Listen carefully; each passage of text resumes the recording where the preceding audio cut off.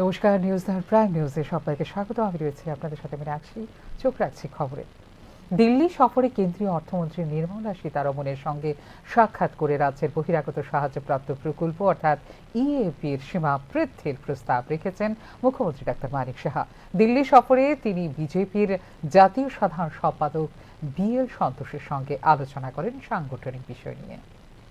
সোমবার রাজ্যের বহিরাগত সাহায্যপ্রাপ্ত প্রকল্প অর্থাৎ এক্সটার্নাল এইডেড প্রজেক্ট বা ইএপির সর্বোচ্চ সীমা বৃদ্ধির প্রস্তাব কেন্দ্রীয় অর্থমন্ত্রী নির্মলা সীতারমণের কাছে উপস্থাপন করেন রাজ্যের মুখ্যমন্ত্রী ডাক্তার মানিক সাহা। বর্তমান সীমাবদ্ধতার কারণে নগর উন্নয়ন, পর্যটন এবং আগরতলা পুর নিগমের অধীনে একাধিক গুরুত্বপূর্ণ প্রকল্প অগ্রগতির অপেক্ষায় রয়েছে বলে জানিয়েছেন মুখ্যমন্ত্রী ডাক্তার মানিক সাহা। এই সীমা বৃদ্ধি হলে রাজ্যের অবকাঠামোগত উন্নয়ন এবং নগর পুনর্গঠনের গতি আরও ত্বরান্বিত হবে বলে আশা প্রকাশ করেন মুখ্যমন্ত্রী। ত্রিপুরার মূল অবকাঠামো ও উন্নয়ন প্রকল্পগুলিকে দ্রুত এগিয়ে নিয়ে যেতে বর্তমান ইএপির সীমা বড় বাধা হয়ে দাঁড়িয়েছে। সীমা বাড়ানো হলে রাজ্যের নগর উন্নয়ন, পর্যটন ও পৌর অবকাঠামো সম্পর্কিত উদ্যোগগুলো বাস্তবায়নে গতি আসবে বলে নিজের সামাজিক মাধ্যমে উল্লেখ করেছেন মুখ্যমন্ত্রী। অর্থমন্ত্রীর সঙ্গে সাক্ষাতের পাশাপাশি নয়াদিল্লিতে বিজেপির জাতীয় সাধারণ সম্পাদক BL সন্তোষের সাথেও এদিন সাক্ষাৎ করেন মুখ্যমন্ত্রী।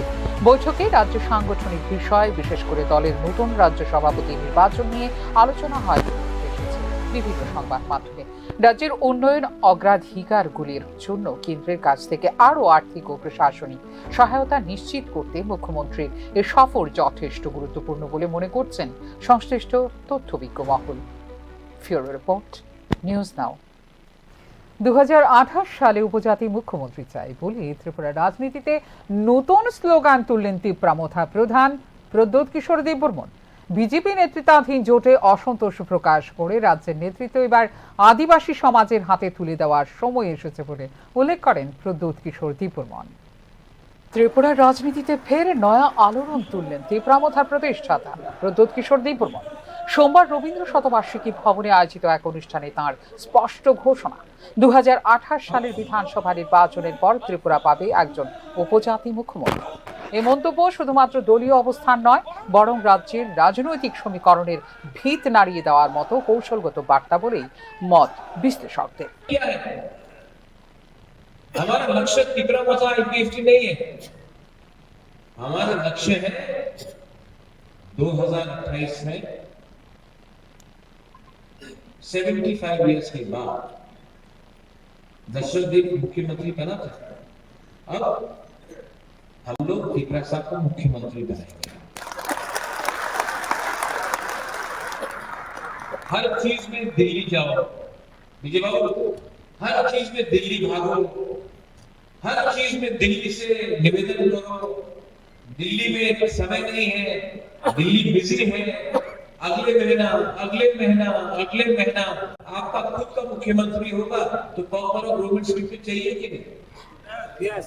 तो क्यों दिल्ली में जाए? असेंबली में पास करो, कैबिनेट में पास करो, अधिवेशन का क्या दरकार है आपको? पास करो। आपको ये लोग बोलते ना प्रॉपर गवर्नमेंट स्क्रिप्ट नहीं होगा, देवनागरी में पास करना है, बोल रहे हो तो पास करो। कौन बोल रहा है? आपका 33 MLA से पास करो, नहीं करेंगे क्योंकि इनको तिप्रामथा का अप्रूवल चाहिए। तो हमारा कंधा में रख के बोली नहीं। तो हमारा लक्ष्य क्या है? एडीसी में जीतना है कि नहीं? जीतना है कि नहीं? मौका के लिए नहीं, अपना बच्चा लोगों के लिए जीतना है। जीतना है कि नहीं? उसके बाद क्या जीतना है? पीछे लोग ऊपर लोग क्या जीतना है? आपको खुद का अपना दोबारा मुख्यमंत्री होना पड़ेगा, तभी आपको आपका लैंड का अधिकार मिलेगा। मैं आज इमोशनल की बात नहीं, मैंने देखा असली में रंजीत रविंद्र बाबू एक्चुअली मैं समझ गया हूं कि ये लोग को क्या है जो इनको আসন্ন ভিলেজ কমিটি এবং এডিসি নির্বাচনের আবহে কোনো জাতীয় দলকে এডিসিতে ঢুকতে দেওয়া হবে না, পরোক্ষ শরিক বিজেপিকে চ্যালেঞ্জ করে বসলেন প্রদ্যোৎ কিশোর দেববর্মন। बीसी इलेक्शन में, आने वाला एडीसी इलेक्शन में इनको एक सीट भी नहीं देना है। इनको हरा के एक ही भाषा समझता है लोग। हारेगा तो हाथ जोड़ता है, प्यार से बात करता है तो ये लोग हम लोगों को कमजोर समझते हैं। तो आप लोग एक दूसरे के बीच में फाइट मत करो, किसको टिकट मिलेगा किसको नहीं मिलेगा। लेकिन मैं आपको बोल रहा हूं, मैं आंचलिक पार्टी को एडीसी में जीतना चाहता हूं और मैं नेशनल पार्टी को एडीसी में घुसने नहीं दूंगा। और जो मेरा दूसरा आंचलिक पार्टी है मेरा ही है। If I am Mubagra, I am Mubagra for IPFT, I am Mubagra for तिपरामोथा। तो मैंने एक चीज सीखा बोडोलैंड में। आप लोग जानते हैं बोडोलैंड का इलेक्शन हुआ था, हाँ कि नहीं? हाँ। मैं बीपीएफ के लिए कैंपेन करने के लिए जा रहा था, हंगरामा के लिए। तो बहुत लोग हमको फोन किया, बड़ा लीडर लोग ने फोन किया, महाराज आप चाहिए मत हंगरामा के लिए कैंपेन करने के लिए, लोग नाराज हो जाएगा, मत कीजिए कैंपेन हंगरामा के लिए। लेकिन मैं गया और आज मैंने जब कैंपेन किया हंगरामा के लिए, अरे खुल्लम खुल्ला कैंपेन किया। आज बीटीसी में 40 सीट से 28 सीट बीपीएफ लेके आया और तिपरामोथा उनके साथ खड़ा था। প্রদ্যোতের এই আহ্বান সরাসরি ত্রিপুরার আদিবাসী ভোট ব্যাংকে একত্রিত করার প্রচেষ্টা হিসেবে দেখছেন রাজনৈতিক বিশ্লেষক মহল। রাজ্যের প্রায় 1/3 জনসংখ্যা আদিবাসী সম্প্রদায়ের, কিন্তু 1998 সালের পর থেকে তাঁদের কেউই মুখ্যমন্ত্রী হননি। শেষ 1993 থেকে 1998 পর্যন্ত জনজাতি মুখ্যমন্ত্রী ছিলেন সিপিআইএম এর দশরথী। 2 দশকেরও বেশি সময় পর সেই ঐতিহাসিক শূন্যতাকে পূরণের মধ্য দিয়ে রাজনৈতিক অ্যাডভান্টেজ নিতে চাইছেন প্রদ্যোৎ কিশোর দেববর্মন। তিপরামোথা বর্তমানে রাজ্য সরকারের সহযোগী হলেও রাজনৈতিক পর্যবেক্ষকদের মতে এই অভিযোগ আসলে জোটে অস্বস্তি ও অবিশ্বাসের ইঙ্গিত। প্রদ্যোতের মন্তব্য যে বিজেপিকে চাপের মুখে ফেলেছে তা অস্বীকার করা যাচ্ছে না কোনোভাবেই। টিটিএডিসি পাস হওয়া 38টি বিলের মধ্যে মাত্র একটি অনুমোদন পেয়েছে বলে ইতিমধ্যেই সুপ্রিম কোর্টের দ্বারস্থ হতে চলেছে তিপরামোথা। প্রদ্যোতের এই বক্তব্য রাজ্যের নির্বাচনী রাজনীতিতে ফেলবে গভীর প্রভাব। উপজাতি ভোট ব্যাংক তিপরামোথার অবস্থান আরও দৃঢ় হবার পাশাপাশি বিজেপি ও কংগ্রেস উভয়কে বাধ্য করবে নতুন কৌশল গ্রহণে। অপরদিকে 2028 সালের আগে উপজাতি নেতৃত্বের প্রশ্নটি রাজ্য পরিণত হবে রাজনীতির কেন্দ্রবিন্দুতে। প্রদ্যোৎ কিশোর দেববর্মনের উপজাতি মুখ্যমন্ত্রীর ডাক কেবল আবেগ ঘন আহ্বান নয়, বরং একটি কৌশলগত রাজনৈতিক চাল। এটি রাজ্যে দীর্ঘদিনের ক্ষমতা কেন্দ্রিক রাজনীতির মধ্যে নতুন ভারসাম্য তৈরি করতে পারে। বিজেপি কি এই বার্তা বুঝে আগেভাগেই সমঝোতার পথ খুঁজবে, নাকি তিপরামোথার সঙ্গে সংঘাতের দিকে এগোবে, তাই এখন লাখ টাকার প্রশ্ন। ফিওর রিপোর্ট, নিউজ নাও। জনগণ থেকে বিচ্যুত হয়ে যাচ্ছে ভারতীয় জনতা পার্টি। এই কারণেই বিরোধী দল এবং কার্যালয়গুলিতে করা হচ্ছে আক্রমণ, আর এই ক্ষেত্রে সবচেয়ে বেশি আক্রান্ত হচ্ছে সিপিআই। সোমবার এক প্রতিক্রিয়ায় এমনটাই অভিযোগ করলেন বিরোধী দলনেতা জিতেন্দ্র চৌধুরী। এদিন পতিছড়িতে দুষ্কৃতীদের দ্বারা আক্রান্ত সিপিআই পার্টি অফিস পরিদর্শনে গিয়ে এই প্রতিক্রিয়া দেন বিরোধী দলনেতা জিতেন্দ্র চৌধুরী।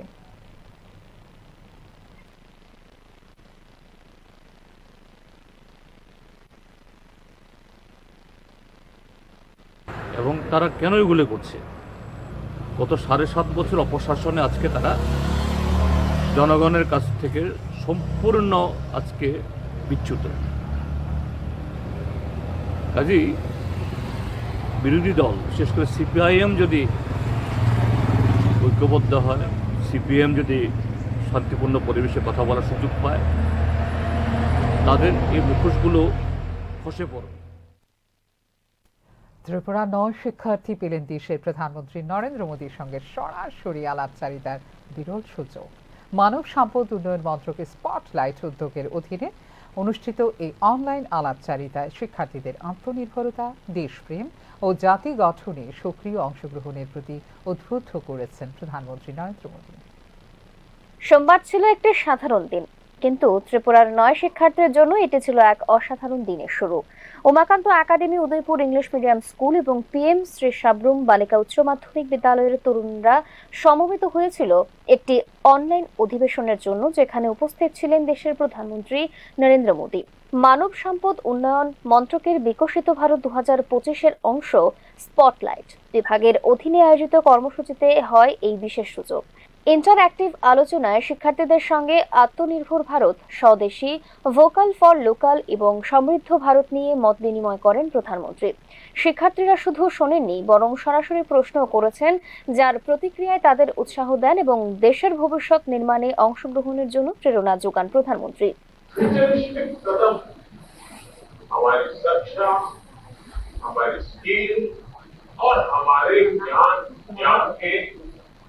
पूरे स्पेस में बदल हुआ है वो आसमान एक बार फिर आप सबको बेहतर से कैसा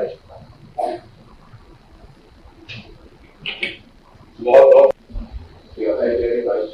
अर्चना शर्मा अवस्थी की ज्वाइन है और आज इस वर्चुअल सिस्टम के माध्यम से देश के लगभग 30 लाख से भी ज्यादा लोग जो हमारे রাজ্য থেকে নির্বাচিত শিক্ষার্থীদের মধ্যে ছিলেন নিশান রাজ ভৌমিক, অভিষেক সূত্রধর, পার্থিব দাস, রন্তিকা সাহা, অরিজিৎ মজুমদার, মুগ্ধা সাহা, তিথি দেবনাথ, পায়েল ত্রিপুরা এবং অঙ্কিতা শীল। গোটা দেশের মোট 400 শিক্ষার্থীরা অংশগ্রহণ করেন এই আলোচনায়। স্টুডেন্টদের পাশাপাশি আমাদের টিচাররাও এখানে অংশগ্রহণ করেছেন এই প্রোগ্রামে। তার কারণ হচ্ছে বাচ্চাদেরকে তো এগিয়ে নিয়ে যাবে শিক্ষকরা। আমাদের 2047-এর যে লক্ষ্য, সেই লক্ষ্যে পৌঁছানোর জন্য বাচ্চাদেরকে এগিয়ে নিয়ে যাবেন শিক্ষকরা। শিক্ষকরা পথ প্রদর্শক হিসেবেই তো বাচ্চাদেরকে এগিয়ে নিয়ে যাবেন। তো আজকের এই প্রোগ্রামে শিক্ষকরাও অংশগ্রহণ করেছেন, যাতে করে শিক্ষকরা উদ্বুদ্ধ হবেন, অ্যাজ ওয়েল এজ আমিও উদ্বুদ্ধ হব আজকে এজ এ বিদ্যালয় প্রধান হিসাবে, যে আমার স্কুলটাকে আরো উন্নতির দিকে এগিয়ে নিয়ে যাওয়ার জন্য। সকাল থেকে আমাদের ছাত্রছাত্রীরা প্রচন্ড উৎসাহ উদ্দীপনা নিয়ে বসে আছে। সকাল 9টার থেকেই তারা এসছে এবং আমাদের গভর্নমেন্ট অফ ইন্ডিয়া মাননীয় শিক্ষামন্ত্রী ধর্মেন্দ্র প্রধান স্যার অ্যাড্রেস করেছেন, ওনারা শুনেছেন। ইন্টারাকশন হচ্ছে বিভিন্ন স্কুলের সাথে। আমরা আশা করছি যে আমাদের স্কুলের সাথেও মাননীয় মন্ত্রী ইন্টারাক্ট করবেন এবং আমরা আমাদের মডেলটা ডিসপ্লে করতে পারবো। সবাইকে অনেক ধন্যবাদ। এই কর্মসূচি উপলক্ষে নির্বাচিত স্কুলগুলোতে ইন্টারনেট সংযোগ এবং প্রয়োজনীয় সংযুক্তিগত ব্যবস্থা যেন নির্বিঘ্নে কাজ করে তা নিশ্চিত করেছে শিক্ষা বিভাগ।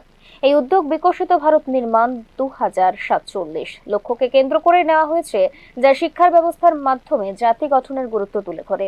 তরুণদের চোখে আগুন, মনে উদ্দীপনা এবং দেশের প্রতি দায়বোধ, এটাই ছিল সেই দিনের সবচেয়ে বড় অর্জন।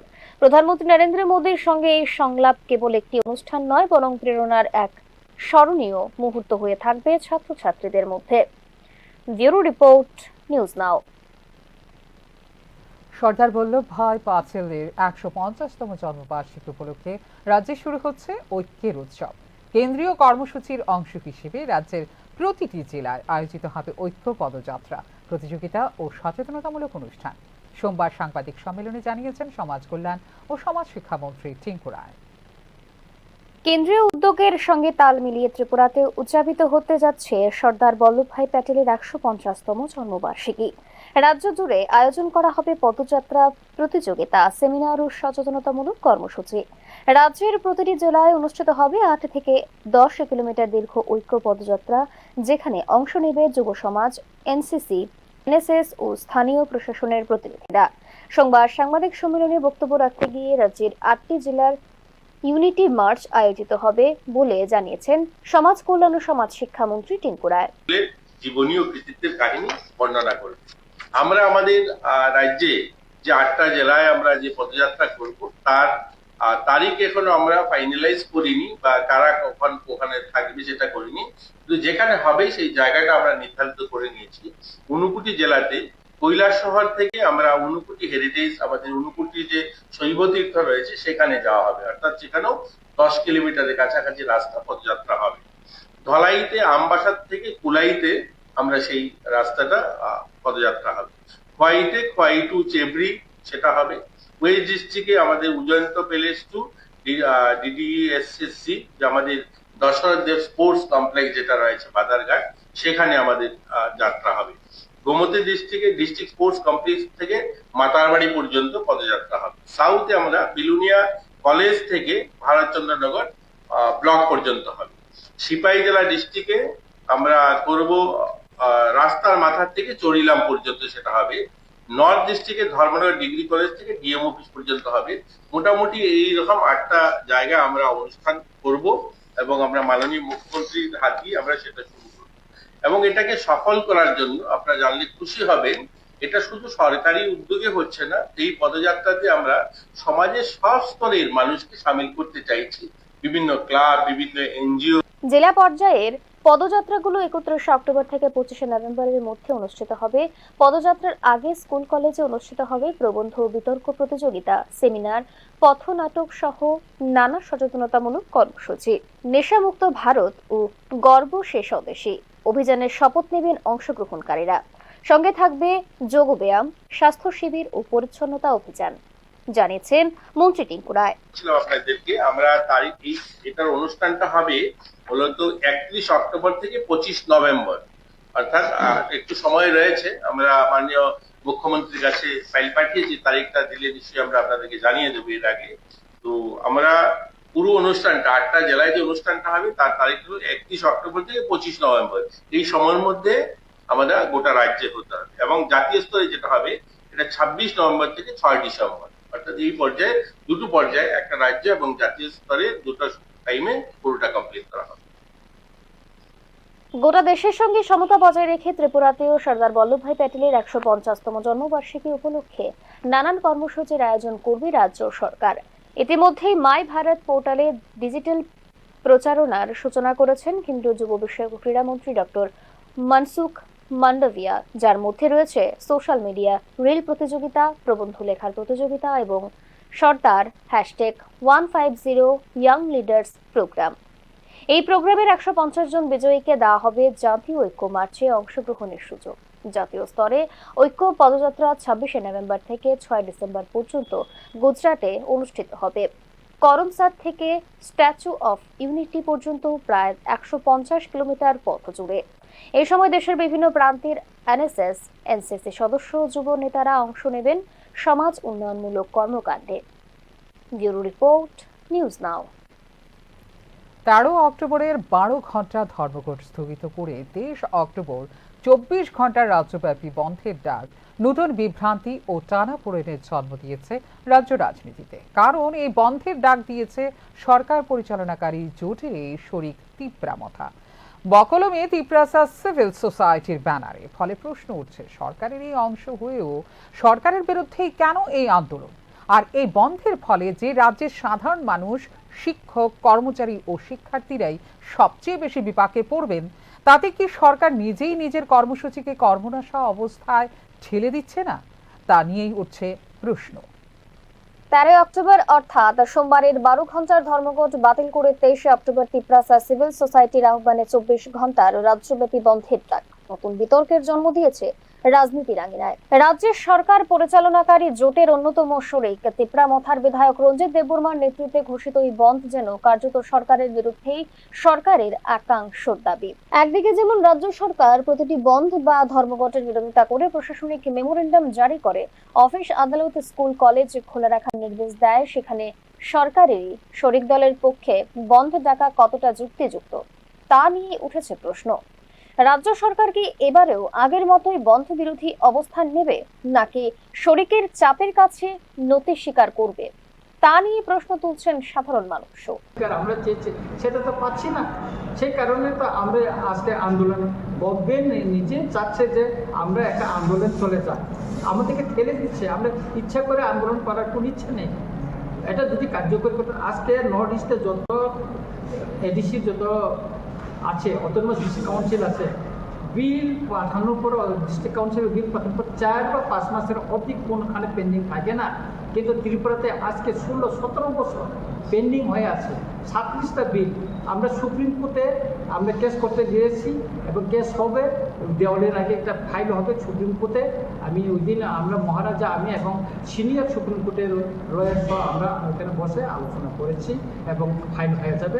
সমস্ত ককবরক ভাষাকে রোমান হরফে চালু করা থেকে শুরু করে রাজ্যের ত্রিপ্রাসা জনগোষ্ঠীর সাংবিধানিক অধিকার প্রতিষ্ঠা, বিদেশি বিতরণ, ভুয়ো SC/ST সার্টিফিকেট বাতিল ও ভিলেজ কাউন্সিল নির্বাচনের দাবি ত্রিপুরা মথা বকলমি ত্রিপ্রাসা সিভিল সোসাইটির। দাবিগুলোর অনেকগুলোই বাস্তবসম্মত হতে পারে, কিন্তু সেই দাবির সমাধান কি রাস্তায় নেমে রাজ্যব্যাপী বন্ধ ডেকে সম্ভব, তা নিয়ে প্রশ্ন ত্রিপুরা মথার একাংশেরও। প্রশ্ন আরো গভীর হয় যখন দেখা যায় 23শে অক্টোবরে রাজ্যে পালিত হবে হিন্দু বাঙালিদের ঐতিহ্যবাহী উৎসব ভাইফোঁটা। এর আগে 20 অক্টোবর রাজ্য জুড়ে অনুষ্ঠিত হবে শ্যামা মায়ের পুজো। ফলে সেই সময়ের মধ্যেই একটি সর্বাত্মক বন্ধ আহ্বান উৎসবের আবহে বিরূপ প্রভাব ফেলতে বাধ্য বলে মনে করছেন বিশ্লেষক মহল।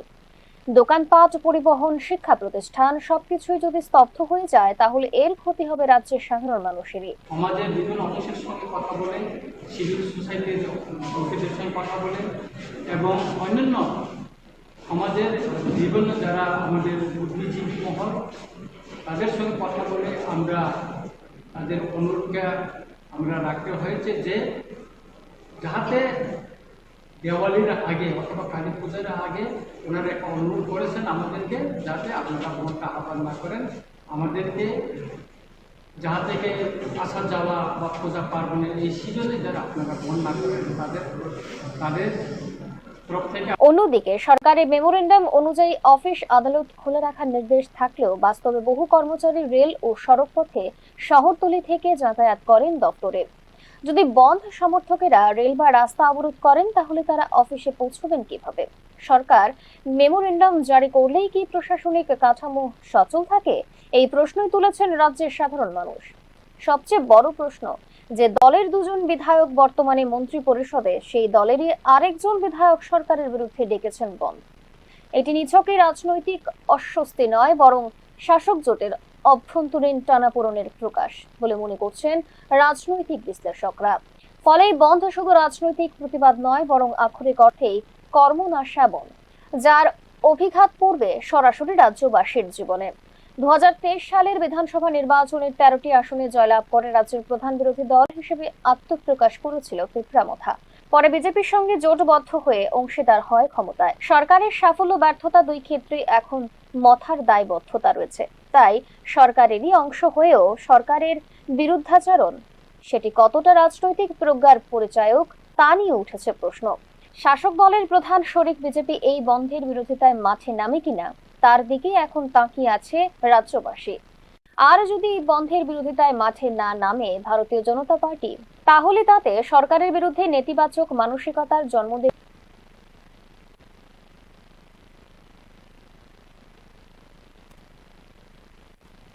পশ্চিম ত্রিপুরা জেলা ত্রিস্তর পঞ্চায়েতের পঞ্চদশ অর্থ কমিশনের বরাদ্দ অর্থের বর্তমান অবস্থা এবং আগামী 3 মাসের পরিকল্পনা নিয়ে এক পর্যালোচনা সভা অনুষ্ঠিত হয়। সভায় সভাপতিত্ব করেন পঞ্চায়েত মন্ত্রী কিশোর বর্মন। অর্থ কমিশনের অব্যাহত অর্থ রাশির বর্তমান স্থিতি এবং আগামী দিনের পরিকল্পনা নিয়ে এই পর্যালোচনা সভা বলে জানান মন্ত্রী কিশোর বর্মন। এই সভায় অন্যান্যদের মধ্যে উপস্থিত ছিলেন পশ্চিম জেলা ভারপ্রাপ্ত সভাধিপতি বিশ্বজিৎ শীল, পশ্চিম জেলা জেলা শাসক ডক্টর বিশাল কুমার, বিধায়ক মীনারানী সরকার সহ অন্যান্যরা।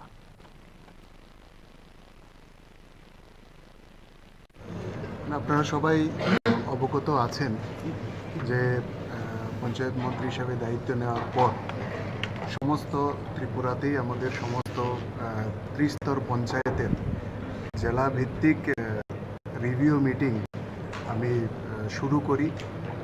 আজকের আমাদের এই পশ্চিম ত্রিপুরা জেলা পরিষদের মিটিংয়ের পর আমার ফার্স্ট রাউন্ড সারা ত্রিপুরাতে কমপ্লিট হবে, তারপর সেকেন্ড রাউন্ড শুরু হবে। প্রতি 3 মাস অন্তর অন্তর এই ধরনের রিভিউ মিটিং আমি নেব, এই ধরনের একটা পরিকল্পনা আমরা দপ্তর থেকে নিয়েছি। এটার মূল উদ্দেশ্য হচ্ছে আমাদের ত্রিস্তর পঞ্চায়েত লেভেলে পঞ্চদশ অর্থ কমিশনের যে পয়সা আমাদেরকে দেওয়া হয় সেটা এখনও পর্যন্ত আমরা কতটুকু অবধি আমরা ব্যয় করতে পেরেছি, কতটুকু অব্যয়িত অবস্থায় রয়ে গেছে এবং সেগুলো নির্ধারিত সময়ের মধ্যে সেগুলোকে শেষ করার জন্য তার পরিকল্পনা। এর পাশাপাশি আমাদের আরও কিছু আছে, আমাদের যেরকম পঞ্চায়েত লার্নিং সেন্টারের জন্য আমরা সময়ে সময়ে ধাপে ধাপে বিভিন্ন পরিকল্পনা করছি, সেখানে অর্থ দেওয়া হচ্ছে, সেই কাজের গতি কীরকম আছে। বিভিন্ন জায়গায় পঞ্চায়েত দপ্তর নতুন পঞ্চায়েত নির্মাণের জন্য। শোকস্তব্ধ ত্রিপুরা নৃত্য জগৎ। প্রয়াত হয়েছেন বর্ষীয়ান নৃত্যশিল্পী ও শিক্ষিকা ডক্টর পদ্মিনী চক্রবর্তী। শুধুমাত্র ত্রিপুরার একজন শিল্পী নন, বরং রাজ্যের নৃত্য চর্চার এক অমূল্য স্তম্ভ ছিলেন তিনি। অগণিত ছাত্রছাত্রীকে প্রশিক্ষণ দিয়ে রাজ্যের সাংস্কৃতিক ঐতিহ্যকে সমৃদ্ধ করেছেন। মণিপুরী, রবীন্দ্র নৃত্য, ভারতনাট্যম সহ শাস্ত্রীয় নৃত্যে পারদর্শী ডক্টর চক্রবর্তী। 13 অক্টোবর 2025 অর্থাৎ সোমবার ত্রিপুরার সাংস্কৃতিক আকাশে নেমে এসেছে অশ্রুজলে ভেজা একদিন। প্রয়াত হয়েছেন ডক্টর পদ্মিনী চক্রবর্তী। শুধুমাত্র একজন নৃত্যশিল্পী নন, বরং ত্রিপুরার নৃত্য চর্চার এক অমর দিকপাল ছিলেন ডক্টর পদ্মিনী চক্রবর্তী। জন্ম 1947 সালে। মাত্র 3 বছর বয়সে নৃত্য শিখতে শুরু করেন তিনি। মণিপুরী নৃত্য, রবীন্দ্র নৃত্য, কত্থক সহ শাস্ত্রীয় নৃত্যের প্রতিটি মুদ্রায় ডক্টর চক্রবর্তীর আত্মার ছোঁয়া অনন্যভাবে অনুভূত হয় আজও। ডক্টর চক্রবর্তীকে চেনা যেত তাঁর অক্লান্ত পরিশ্রমে। 1961 সালে মহারানী তুলসীবতী বালিকা বিদ্যালয়ে ফাইন আর্টসে নৃত্য শিক্ষার সিদ্ধান্ত নিলে এটিকে সাহসিকতার পরিচায়ক বলেছিলেন অনেকেই। সে সময় ত্রিপুরার সামাজিক প্রেক্ষাপটে নৃত্যকে জীবনের লক্ষ্য হিসেবে বেছে নেওয়া নিঃসন্দেহে ছিল সাহসিকতার প্রতীক। কলকাতার রবীন্দ্রভারতী বিশ্ববিদ্যালয়ে ভর্তি হয়ে তিনি ভারতের বিখ্যাত নৃত্য গুরুদের কাছ থেকে গ্রহণ করেন শাস্ত্রীয় নৃত্যের শিক্ষা। ত্রিপুরায় ফিরে এসে সরকারি সঙ্গীত মহাবিদ্যালয়ে যোগদান করেন তিনি এবং সূচনা করেন ভারতনাট্যম শিক্ষা। ত্রিপুরা সঙ্গীত মহাবিদ্যালয়ে দীর্ঘদিন অধ্যক্ষ হিসেবে দায়িত্ব পালন করেন ডক্টর পদ্মিনী চক্রবর্তী। তাঁর প্রচেষ্টায় নৃত্যাঙ্গন প্রতিষ্ঠিত হয়, যেখানে অসংখ্য ছাত্রছাত্রী হয়ে উঠেছেন নৃত্যের অনন্য শিল্পী। রবীন্দ্র নৃত্য, নৃত্যনাট্য, নৃত্যগীতি, শাস্ত্রীয় নৃত্য, প্রতিটি ক্ষেত্রে তাঁর ছাপ স্পষ্ট। ডক্টর চক্রবর্তী শুধুমাত্র নৃত্য শিক্ষক ছিলেন না, তিনি ছিলেন এক জীবন্ত গবেষক। নৃত্যশাস্ত্রে তুলনামূলক গবেষণার মাধ্যমে বিদ্যালয়ের সম্মানসূচক ডক্টরেট ডিগ্রি অর্জন করেন ডক্টর পদ্মিনী চক্রবর্তী। লোকনৃত্যের মধ্যেও তিনি খুঁজে পেয়েছেন ভারতীয় নন্দন শাস্ত্রের চিরায়ত মুদ্রাভঙ্গি। তাঁর লেখা গ্রন্থ এবং প্রশিক্ষিত ছাত্রছাত্রীরা রাজ্য ও দেশের নৃত্য জগৎকে সমৃদ্ধ করে চলেছেন আজও। ডক্টর পদ্মিনী চক্রবর্তীর প্রয়াণে ত্রিপুরার নৃত্য জগৎ হারালো এক অমূল্য রত্ন।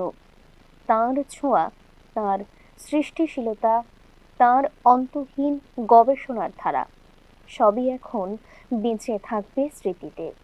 তিনি ছিলেন রাজ্যের নৃত্য জগতের এক অদম্য বটবৃক্ষ, যার ছায়া ত্রিপুরার সাংস্কৃতিক আকাশে বিরাজমান থাকবে চিরকাল। ব্যুরো রিপোর্ট, নিউজ নাও। এখনকার মতো এই মুহূর্তে সংবাদ এই পর্যন্ত। অন্যান্য আপডেটস দেখার জন্য অবশ্যই নজর রাখতে হবে নিউজ তার পর্দায়। নমস্কার, শুভরাত্রি।